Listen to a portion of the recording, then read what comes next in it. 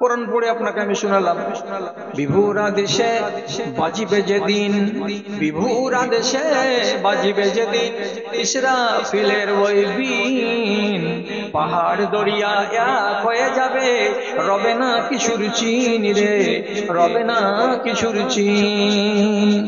আকাশ খসিয়া ভূমিতে লুটাবে, হয়ে যাবে খান খান, সূর্য চন্দ্র আলোহীন হবে, আহা কি খোদার শান রে, আহা কি খোদার শান।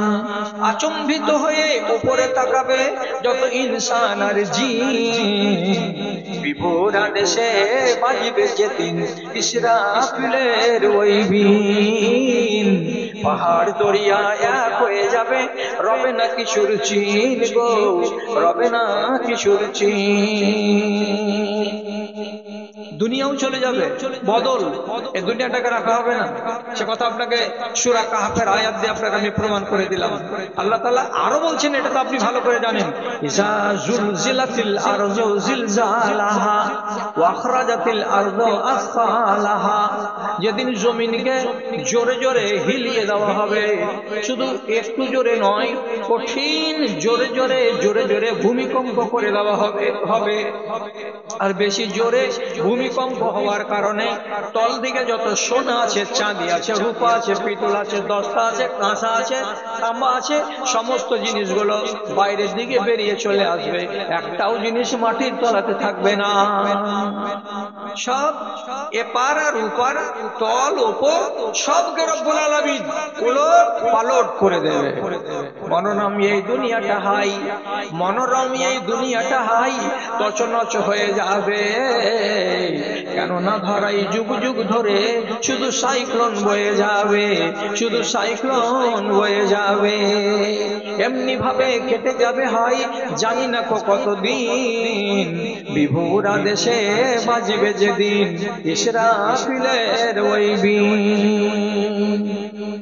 সবই যখন উল্টা পথে হাঁটা দিল, তো আপনার কাছে এই যে বসে আছেন আপনারা, আমরা সবাই দুটো জিনিসই নিয়ে বসে আছি, মাথাতে রাখিয়েন।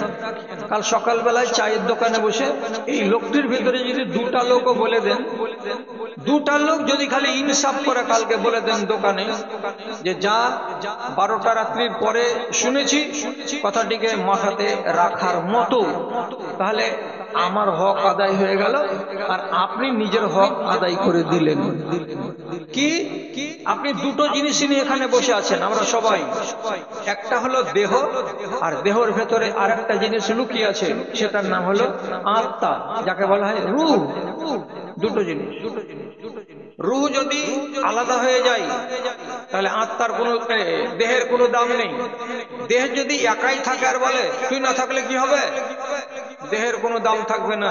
রূহ যদি আলাদা হয়ে যায়, তাহলে রূহ আলাদা হয়ে গেলে ওর কোনো ভ্যালু তখন নয়, ও আলাদা, এ আলাদা। আল্লাহ তাআলা দুজনকে এক জায়গাতে করেছেন। কেমন করে করেছেন? রূহ আছে কোথায়? 7 আসমানের উপরে একটি জায়গা আছে, সেই জায়গাতে রব্বুল আলামিন সমস্ত রূহগুলোকে জমা করে রেখেছেন, জমা করে রেখেছেন। হাদিস কি বলছেন? নবীজি বলছেন, আর রূহ জুনুদুন মুজান্নাদাতুন, ফামান তাহাবা ইতালাফা ওয়া মান তাবাগাজা ইখতালাফা।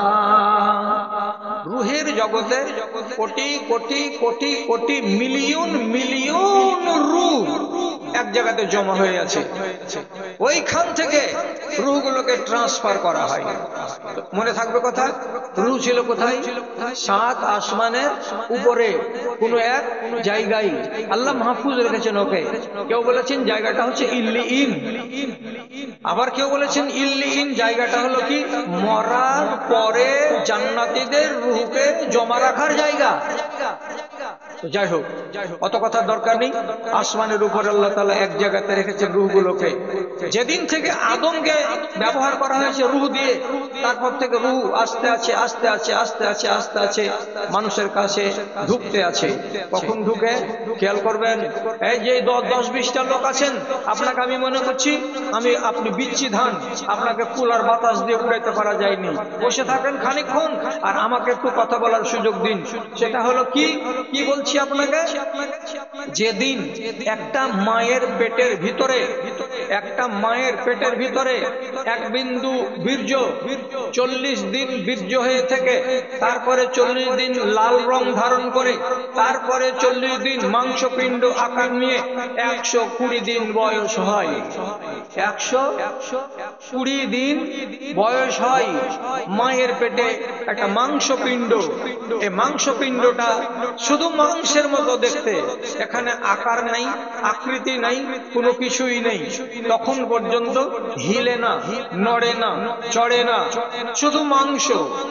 সেই 120 দিন যেদিন হয়ে যাবে ওই মাংসপিণ্ডটার মায়ের পেটে, আল্লাহ রাব্বুল আলামিন একটা ফেরেশতাকে আসমান থেকে পাঠাবেন।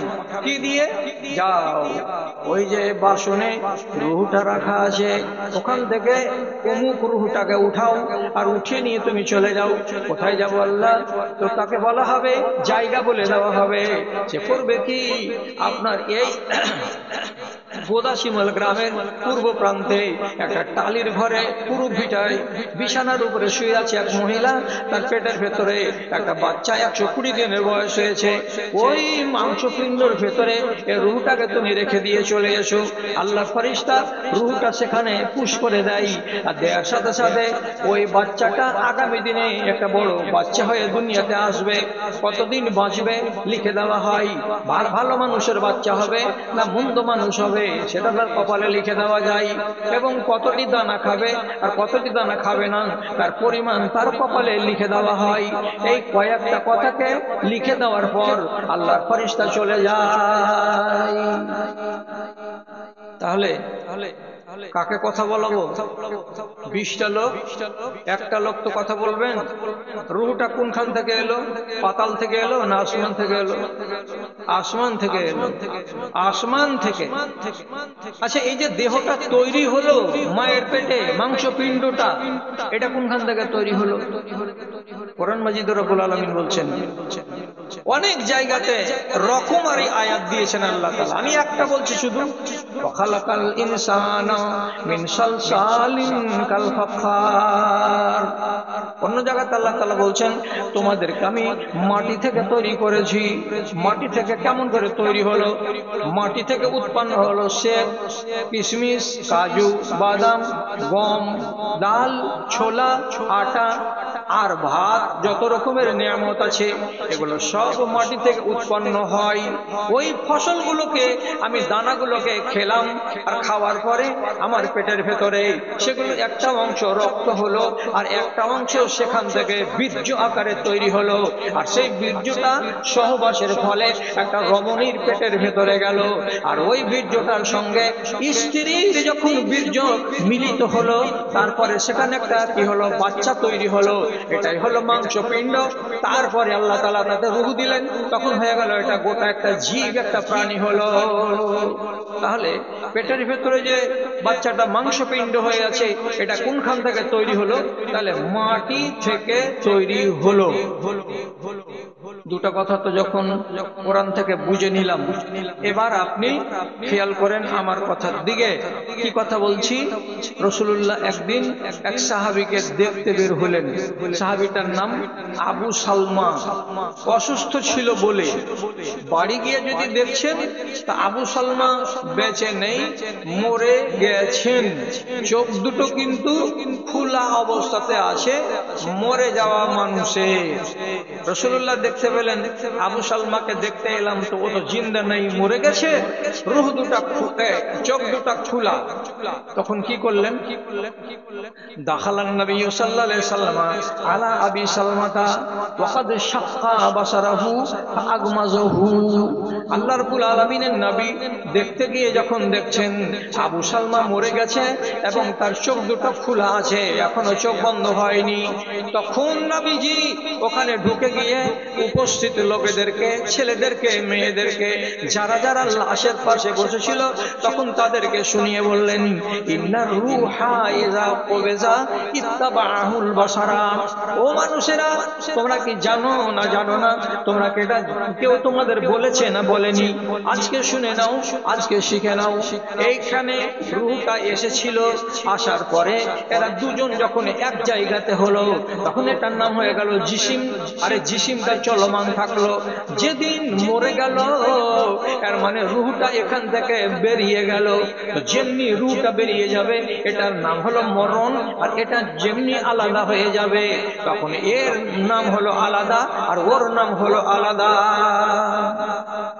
এর রূহটা যখন বেরিয়ে যাচ্ছে তো বেরিয়ে যাওয়ার কালে এই দেহটা যখন উপর দিকে উঠে চলে যায় রূহ, তখন চোখটা খুলে দিয়ে তাকায়, এরকম করে দেখে, উপর দিকে তাকায়। কেন? রূহটাকে নিয়ে যাওয়া হচ্ছে। কোথায় নিয়ে যাওয়া হচ্ছে? উপর দিকে নিয়ে যাওয়া হচ্ছে। তখন যে তাকায়, তো তাকাবার কালে তো তাকিয়ে নিল, তারপরে আর রূহ চোখটাকে বন্ধ করার ক্ষমতা নাই। কেন? যে দেহের ভেতরে রূহ নাই, আর রূহ যদি না থাকে তো দেহে ক্ষমতা নাই, আর দেহে যদি ক্ষমতা না থাকে তো হাত পা নড়বে না। এই জন্য মানুষটা দেখে আমার রূহটা চলে গেল, কিন্তু চোখটাকে বন্ধ করার ক্ষমতা হয় না। তার জন্য আমি নবী তোমাদেরকে বলে দিচ্ছি, তোমাদের বাড়িতে যখন মানুষ মারা যাবে তখন তার রোগ চোখটা যে খোলা থাকে, তোমরা টাটকা টাটকা তখনই মিনিট পাঁচেকের মধ্যেই আস্তে করে চোখের পাতাটাকে টেনে এনে নিচুর পাতার সঙ্গে সাটিয়ে দাও, যেন চোখটা আর না খুলে যায়। এবার আপনি হাদিসটা থেকে কি বুঝলেন? রূহ যখন এসেছিল কোথা থেকে? আসমান থেকে।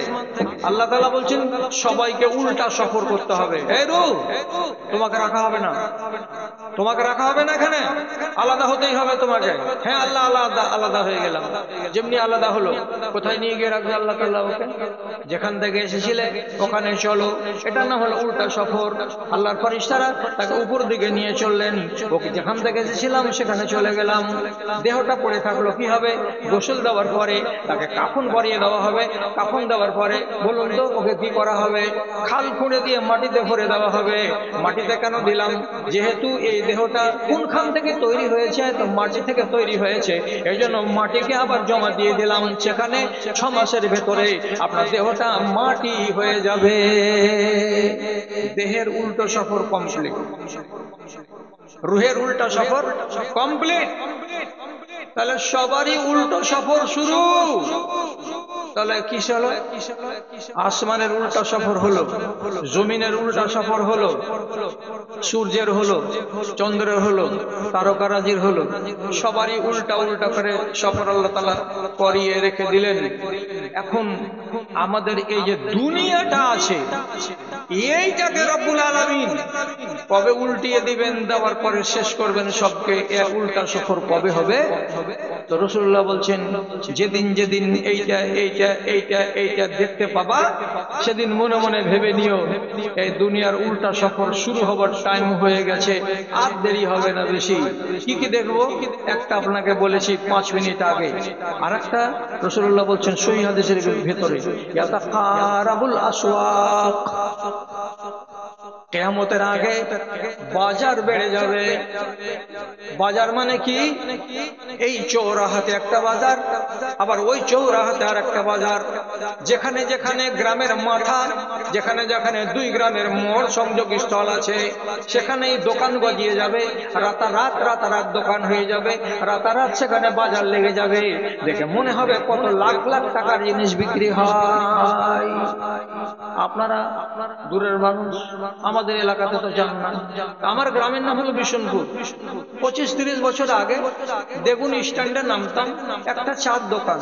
বেলা 11টা বেজে গেলে তুমি মরে গেল কিছু পাবা, এক ফোঁটা পানিও পাবা। ফের আসরে ঢিলেতে আসবে, মাগরিব পর্যন্ত, ঈশা পর্যন্ত থাকবে, আর কিছু পাওয়া যাবে না। এখন কি হলো? এলাঙ্গি ঘাটটা যদি পার হচ্ছি তো গরম গরম বাজার। এখান থেকে 1 কিলোমিটার মেরে কেটে হবে না, তিন গ্রামের সংযোল স্থল শোলমারি, এলাঙ্গি এবং বিশনপুরের তিন মিডিল জায়গাতে ওখানে একটা গরম গরম বাজার। এখান থেকে আর একটু যখন এগিয়ে গেলাম 500 মিটার, আমার নিজের গ্রাম বিশনপুর গ্রামের মাথায়। ওখানে যদি দেখছি তো রাতারাত বাজার লেগে গেল। ওখান থেকে 1 কিলোমিটার যাব না, সেখানে দেখা যাচ্ছে ধানগাড়া পঞ্চায়েতের বাজার। চারিদিকে আধা কিলোমিটার, 1 কিলোমিটার দূরে দূরে বাজার গজিয়ে উঠবে। আর যত বেশি বেশি বাজার হবে তোমরা জেনে নিও, তোমরা খাতা কলমে লিখে নিও, কিয়ামত কাছে আসছে। কেন? বাজার যত বাড়বে তত মানুষের ঈমান ড্যামেজ হবে।